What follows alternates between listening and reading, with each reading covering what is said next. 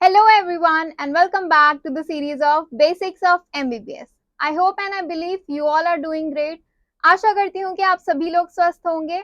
आज की इस वीडियो में हम बात करेंगे इमरजेंसी ड्रग्स के बारे में। अब ये वीडियो मैंने इस प्रकार से बनाई है कि कोई भी BAMS का स्टूडेंट, BHMS का स्टूडेंट, नर्सिंग का स्टूडेंट, OT टेक्नीशियन, हर किसी के लिए ये वीडियो बहुत ही ज्यादा यूजफुल होने वाली है क्योंकि मैंने हर एक चीज को बहुत ही आसान भाषा में समझाया है। चलिए तो वीडियो शुरू करते हैं। पहला है हमारा ट्रेनेक्सामिक एसिड। अब जो ट्रेनेक्सामिक एसिड है वो ट्रेनेक्सा के नाम से मार्केट में अवेलेबल होता है। ट्रेनेक्सा के नाम से मार्केट में अवेलेबल होता है और ये होता है आईवी यूज के लिए। अब आईवी यूज क्या होता है? आईवी यूज का मतलब होता है इंट्रावेनस यूज के लिए।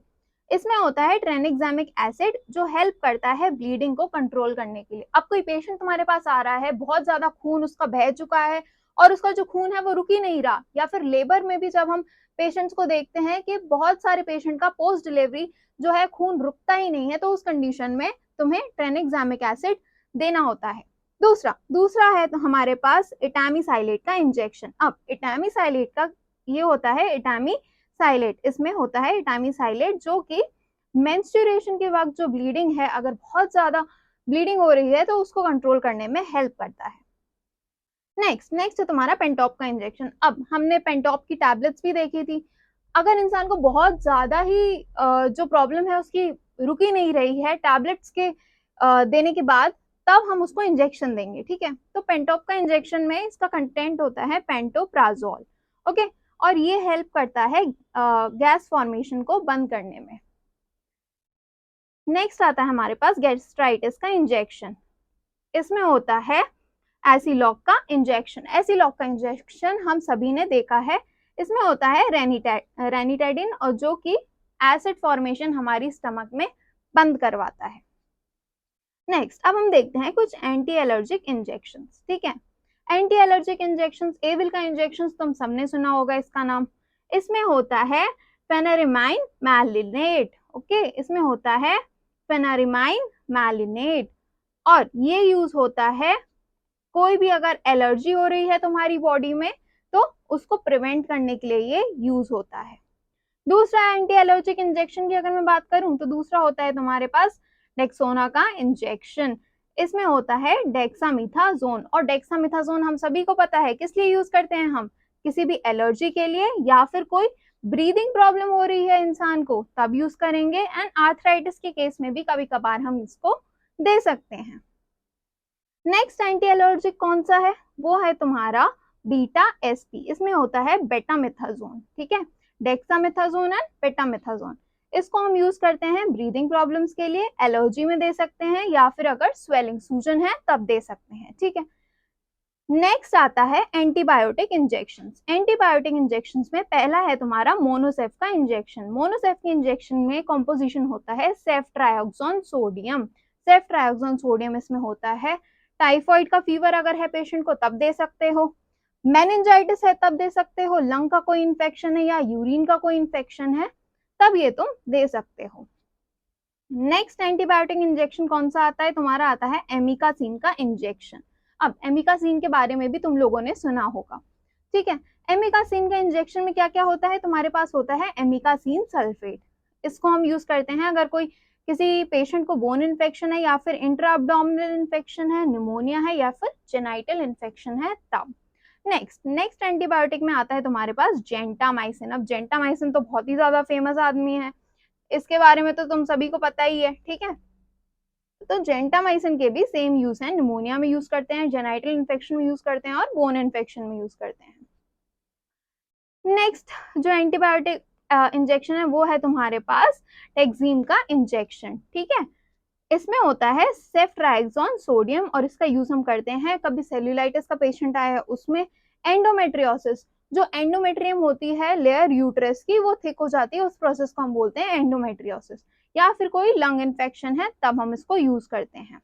नेक्स्ट एंटीबायोटिक का इन्फेक्शन कौन सा आता है? वो है तुम्हारा पेप्जो का इंजेक्शन। इसमें होता है पेनिसिलिन और टेजोबैक्टम। पेनिसिलिन और टेजोबैक्टम यूज हम करते हैं सेल्यूलाइटिस के केस में, यूरिनरी ट्रैक्ट के केस में, लंग इन्फेक्शन है, टाइफॉइड है, या फिर जॉन्डिस है तो उस केस में हम इसको यूज कर सकते हैं।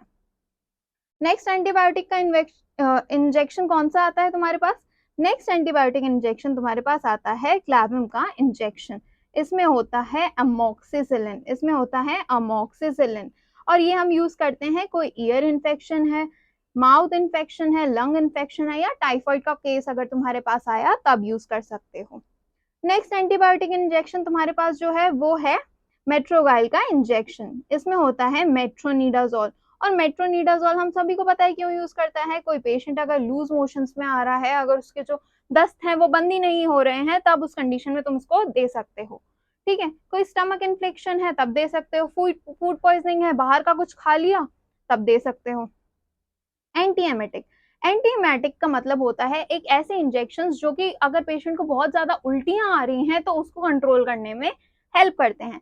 तो पहला है तुम्हारे पास एमसेट का इंजेक्शन। इसमें होता है ऑन्डेंसिट्रॉन। ठीक है, अब देखो इसकी ऑन्डेंसिट्रॉन की टैबलेट्स भी आती हैं जो कि तुम पेशेंट को दे सकते हो, बट अगर वो कंट्रोल नहीं हो रहा है तब तुम उसको इंजेक्शन दोगे।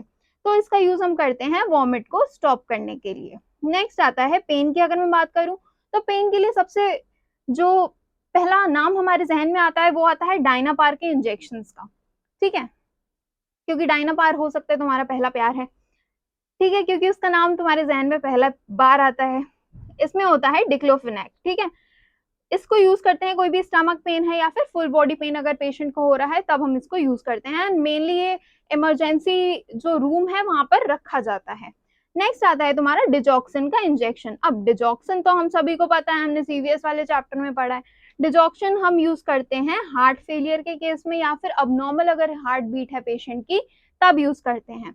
नेक्स्ट आता है तुम्हारा लैसिक का इंजेक्शन। लैसिक के इंजेक्शन में होता है तुम्हारे पास फ्यूरोसेमाइड। और फ्यूरोसेमाइड का यूज हम क्यों करते हैं? अगर पेशेंट को हाई ब्लड प्रेशर है तब हम इसका यूज करते हैं। ठीक है, नेक्स्ट आता है तुम्हारा अट्रोपिन का इंजेक्शन। अब अट्रोपिन एक ड्रग ऑफ चॉइस भी होता है किसी पॉइजनिंग में, वो तुम मुझे कमेंट सेक्शन में बताओगे। ठीक है, अट्रोपिन में होता है अट्रोपिन सल्फेट। इसका यूज हम करते हैं हार्ट बीट को मेंटेन करने के लिए, हार्ट बीट को स्टेबल करने के लिए। नेक्स्ट आता है तुम्हारा नॉरएड का इंजेक्शन। नॉरएड के इंजेक्शन में तुम्हारे पास होता है स्टेराइल नॉरेड्रेनालिन। इसको अगर पेशेंट को हाइपोटेंशन है तब हम ये इंजेक्शन पेशेंट को देंगे। नेक्स्ट आता है तुम्हारे पास एप्टॉइन का इंजेक्शन। एप्टॉइन का इंजेक्शन में होता है फेंटोइन सोडियम, और ये बेसिकली हम यूज करते हैं एपिलेप्सी के केस में। अगर पेशेंट जो है उसको बहुत ज्यादा सीजर्स आ रहे हैं, फिट्स आ रहे हैं, तब हम उसको यूज कर सकते हैं।